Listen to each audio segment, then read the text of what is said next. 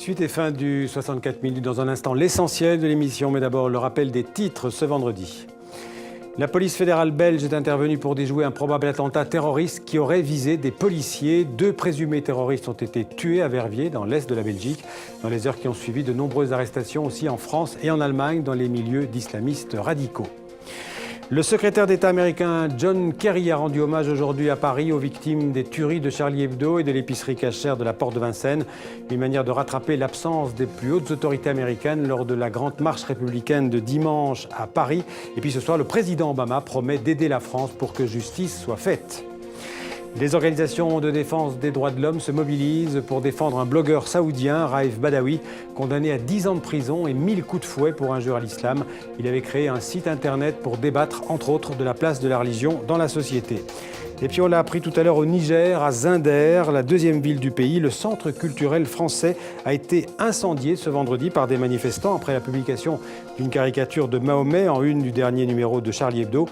Et puis 3 églises, une catholique et 2 protestantes, ont également été saccagées par les manifestants, donc à Zinder, au Niger. Comme promis, l'essentiel du 64 minutes, un résumé de l'émission préparé par Mévalo et Hervé Garcia. L'opération visait le démantèlement de la cellule terroriste et de son réseau logistique. L'enquête a permis de déterminer que ce groupe était sur le point de commettre des attentats terroristes dans le but de tuer des policiers sur la voie publique et dans des commissariats. Nous savons que le risque zéro n'existe malheureusement jamais, ni en Belgique, ni ailleurs.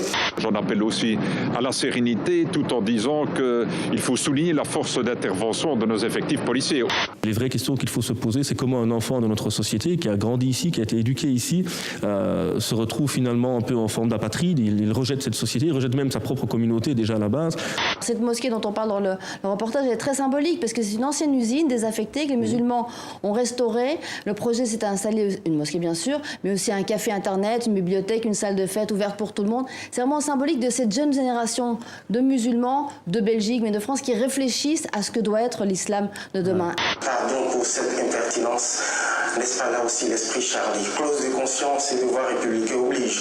Monsieur le Président de la République, vous êtes notre recours. Nous voulons juste faire notre métier et prendre notre part à la construction de la République. Pour le moment, ils n'agissent pas, mais je sais qu'ils ne sont pas des enfants de cœur. Je sais que ma vie est menacée, mais bon.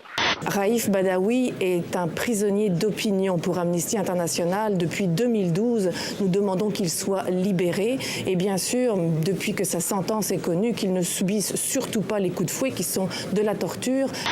Un mouvement qui a fait plus de 13 000 morts, si c'est seulement maintenant qu'on se réveille et qu'on se dit « Ah, dans le contexte actuel, c'est un crime contre l'humanité, on est un peu en retard. Une fois qu'on a dit ça, on fait quoi ?» Et puis pour l'instant, sur le terrain, il n'y a que le Cameroun qui se bat.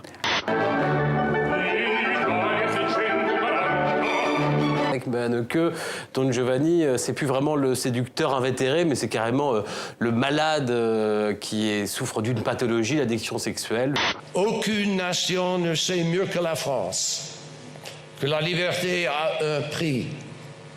Parce que la France est l'origine de tant de révolutions de l'esprit humain, y compris la nôtre.